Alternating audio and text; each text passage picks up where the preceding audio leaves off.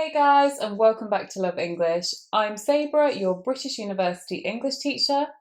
And as you can see, we're in a bit more of a relaxed setting today. I'm in my lounge. So we're going to have a little bit more of a relaxed lesson. And we're really going to be focusing on how to help you stop translating and start thinking in English, which can be a very tricky thing, I know.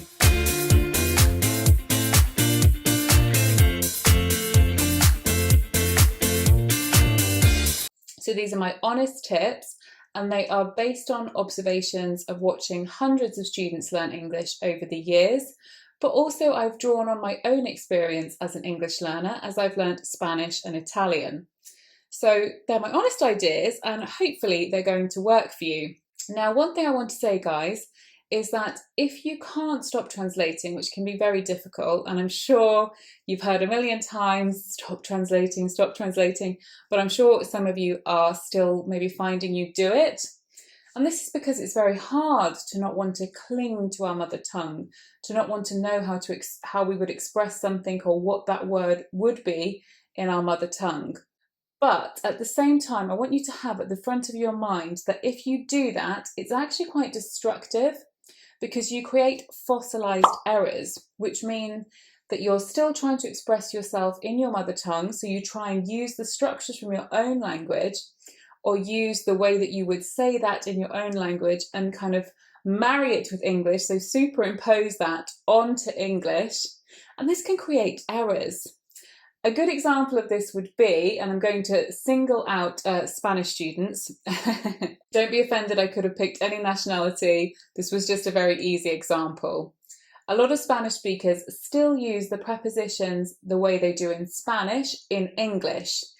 And it can sound quite strange because we use a different preposition.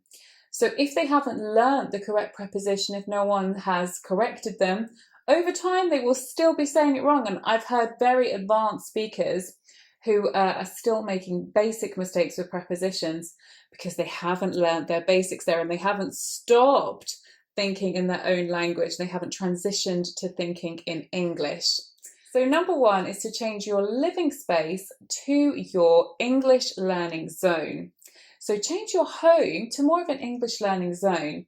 This is actually how you can immerse yourself in the language, because of course, this is how you are triggered to think in English. The more you see it, the more you hear it, you're going to think in it a lot more, which is why speakers who go and live in the country where that language that they're trying to learn is spoken, they do learn much more quickly.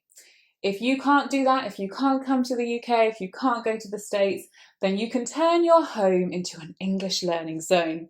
I'm going to explain to you how to do this. When I was learning Spanish, I labelled literally everything I could find in my home with the word in Spanish to help me learn all of those everyday items around the house. In my kitchen, I also had lists of how to describe things in terms of taste. I had food idioms in Spanish, so when I was cooking, I could be looking at those things. Every time I picked something up, like the cheese grater, I knew I could see the word in Spanish. It was very irritating for the people I lived with, but it was super, super helpful for me, and it kept triggering me to think in Spanish. So it's a really, really good thing to do. You could do, for example, there might be somewhere in your house where you exercise, and you could put up a list there of all the ways in which we can exercise. And for example, the movements you like to do, so stretching, bending. So perhaps in your bedroom, you might want to put things like verb lists that you want to learn, or adjectives, whatever. But be creative and have fun with this. And every time then that you're even doing something where you're not learning English necessarily, or not focusing, at least you can glance at it and somewhere that information will be going in. And it can also trigger you, of course, to start making sentences in English. So if you see those labels up in your kitchen, you can think, what am I cooking today in my kitchen? How would I say that in English? How am I going to prepare it? How would I say it in English? The second thing is to use all of your 5 senses to learn. So every time that you experience something new or interesting, I want you to use your 5 senses if you can. You can't do this for everything, but if you can, to describe that thing in English. So what does it smell like? What does it taste like? What does it sound like? Does it have a sound? And start then making those sentences in English. You could tell another person if they're there, but if not, you can just talk to yourself or make sentences. You could try this think in English with your 5 senses exercise when you're commuting to work, for example, when you're doing the dishes, when you're doing household activities, when you're in the shower, when you're out shopping. Just as long as you're starting to make those sentences in English and really pushing yourself with vocabulary as well, it will help you. Number 3 is make sure that you wake up reading or listening to something in English, and then when you fall asleep, also fall asleep listening to something in English or reading something in English. So it can be quite a passive activity if you're tired, but you want to tell your brain that English is part of your everyday routine. So this is why I say first thing in the morning and last thing in the evening. Now, I do understand you might be tired at those times, but even if you are just glancing at articles in English or looking at some of your vocabulary lists, or listening to a podcast that's on in the background, or the TV is on in the background in English, whatever, but you are telling your brain, English is part of my everyday routine, and it will actually get you starting to think in English throughout the day. And also at night, it could help you to transition into dreaming in English if you listen to a podcast or watch something in English. Again, if you're tired, it can be quite passive, but you're still going to be absorbing, the subconscious mind is still going to be absorbing all of that information, or most of it. And you're still going to be paying attention to things like the pronunciation, the vocab. Somewhere your brain is still taking that in. So it could help you to also get that further into your mind, so to help it stay in your mind, or even to dream in English. So it's still helping your brain transition. Number 4 is quite a unique tip, and I really like it. It's basically to use your learner style to help you to think in English. Now, some of you may know this and some of you may not, but basically some of us are more visual, some of us are more auditory, so listening, some of us are more reading and writing, and some of us are kinesthetic, so it means we like learning through touch and physical movement. Very often people are a combination of 2 of these, or even 3. So for example, I'm auditory and visual predominantly.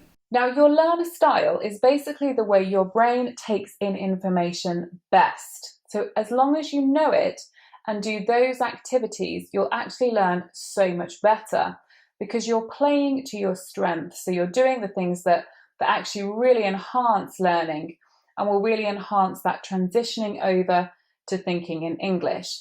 So if you're like me and that you're more auditory, going out and having conversations with people, joining conversation groups is going to be essential to your learning and helping you think in English. So that's really important that you do that, and also probably you'll have a lot more fun. You could also listen to podcasts, YouTube, all of those things that we've talked about. If you're more kinesthetic, then you're going to like movement, you're going to like touching things. So the learning with the 5 senses is really going to help you. And using your sense of smell, so thinking about describing things that you can smell in English, describing things that you can touch, so using that activity we did before, really going to help you. But also things like, for example, when you're doing exercise, you could be listening to songs in English, you could be listening to podcasts, and you'll absorb the information better because you're moving. If you're more visual, seeing English everywhere as much as possible, looking at, for example, verb lists or vocabulary or things on Instagram that help you with learning, that's all going to help you a lot. Flick through things in English on the bus as much as possible. Some of these things, they don't require 100% concentration.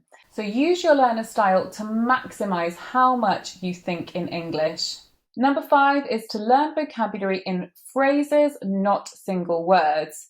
If you learn just one word, it's quite hard to be able to remember that word, and you will find that you don't necessarily keep it in your head for very long. It'll be floating around without a connection. Our brains love patterns, they love connections. So immediately try to link it with something else. So imagine you've just learnt the word proud, or you've learnt the word gregarious. Immediately try to put it in a phrase. So what is a gregarious person like? Well, they're sociable. Who do I know that's sociable? My Aunt Louisa. She's super sociable, so she's gregarious. My Aunt Louisa is gregarious. She just loves throwing a party. With phrasal verbs, this is particularly important. I often have students tell me, oh, I know the phrasal verbs, or I kind of know them, but I never use them. I don't actually include them in daily conversation. And it's because you haven't started to put them in a phrase. So let's look at the phrasal verb to catch up. To catch up means to try to be at the same level as someone else. In your life, have you had to catch up before? Have you ever been behind? It could have been that you were having to catch up at school because you had some time off, or it could have been that someone was running ahead of you and you had to catch up with them. So start to think of examples and obviously make those relevant to you, as that will help you as well. Number 6, this is my most serious tip, and this is all about discipline. Now, thinking in English and stopping translating does not necessarily come naturally, especially if you're not living in the country. You have to apply a little bit of discipline. So when you reach for Google Translate, when you start thinking, oh, I want to translate that, or I'm just not sure, let me translate, stop. Think, do you want to have fossilized errors? In 10 years, do you want to still be making the same mistakes that you're making today, or do you want to stop that? So I want you to have that picture in your mind of the fossil. Think, oh, do I want to still be making these mistakes in 10 years? And hopefully that will make you resist. You also do have to make a conscious effort to think in English. It's not going to happen naturally. The tips I've given you today will help inspire you and trigger you into thinking in English, but you have to make the effort. So wherever you go, whatever you're doing, try to spend, even if it's just 5 minutes, describing things about your environment, describing what you're doing, thinking about your friends, how you would describe them, but using that time to consciously just shift over into English as much as you can. Right, guys, I hope these tips have been useful for you today. Do share below any other tips you may have and your experience of perhaps leaving behind translation and starting to think in English.